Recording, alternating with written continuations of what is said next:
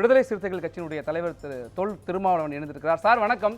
7 கட்டமாக தேர்தல் அறிவிக்கப்பட்டிருக்கு. முதல் கட்டத்திலேயே தமிழ்நாட்டில் தேர்தல் வாக்குப்பதிவானது நடைபெற இருக்கிறது. இன்னும் குறுகிய நாட்களில் 4 நாட்களில் வேட்புமனு தாக்கல் தொடங்க இருக்கிறது. இதை திமுக கூட்டணி, இந்தியா கூட்டணி எப்படி எதிர்கொள்ளப் போகிறது? எதிர்பார்த்த ஒன்றுதான். கடந்த முறை ஏப்ரல் 19ஆம் தேதி தேர்தல் நடந்தது. இந்த முறையும் அதே தேதி அறிவிக்கப்பட்டிருப்பதாக தெரிகிறது. ஆனால் தேர்தல் வேட்புமனு தாக்கல் செய்கிற நாளுக்கும் இந்த அறிவிப்புக்கும் இடையிலே 4 நாட்கள் தான் உள்ளன.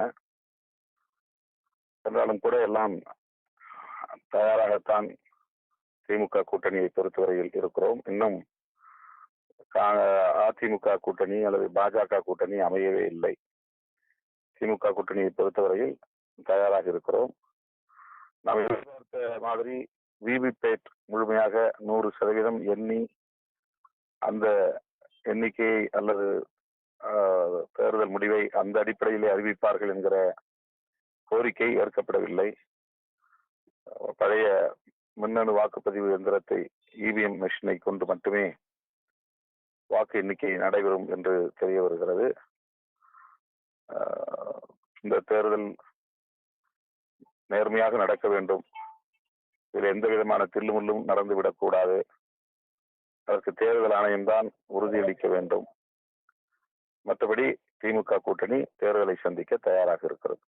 நீங்கள் மின்னணு வாக்குப்பதிவு இயந்திரங்கள் குறித்த ஒரு சந்தேகத்தை தொடர்ந்து முன்வைத்துக் கொண்டிருக்கிறீர்கள். அது வாக்கு சீட்டு முறையிலே தேர்தல் நடத்த வேண்டும் என்று நீங்கள் ஆர்ப்பாட்டத்தையும் நடத்தியிருக்கிறார். அதே நேரத்தில் செய்தியாளர்களை சந்தித்துக் கொண்டிருக்கிற தலைமை தேர்தல் ஆணையர் ராஜீவ்குமார் தெரிவித்திருக்கிறார், 55 லட்சம் மின்னணு வாக்குப்பதிவு இயந்திரங்கள் பயன்படுத்தப்படுகின்றன. அதை பொறுத்த வரைக்கும் 100% நம்பகத்தன்மையோடு இருக்கின்றன. அதில் எந்த சந்தேகத்திற்கும் இடமில்லை என்று ஒரு விளக்கத்தை அளித்திருக்கிறார். அது குறித்த தங்கள் பார்வை? அவருடைய நம்பிக்கை வரவேற்புக்குரியது. அப்படித்தான் இருக்க வேண்டும் என்று நாம் எதிர்பார்க்கிறோம். ஆனாலும் கூட மின்னணு வாக்குப்பதிவு இயந்திரத்தில் தில்லுமுள்ளு செய்வதற்கான வாய்ப்புகள் ஏராளம் உள்ளன என்று அந்த துறையை சார்ந்த வல்லுநர்கள் பல ஏற்கனவே அதை உறுதிப்படுத்தி இருக்கிறார்கள்.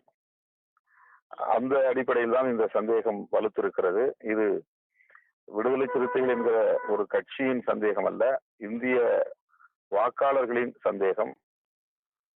தொடர்ந்து ஓராண்டுக்கு மேலாக வட இந்திய அமைப்புகள், கட்சி சாராத அமைப்புகள் மின்னணு வாக்குப்பதிவு எந்திரத்தை பயன்படுத்தக்கூடாது என்று போராட்டங்கள் நடத்தின. அது அனைவரும் அறிந்த ஒன்று. ஆனாலும் கூட தேர்தல் ஆணையம் அதை பொருட்படுத்தவில்லை.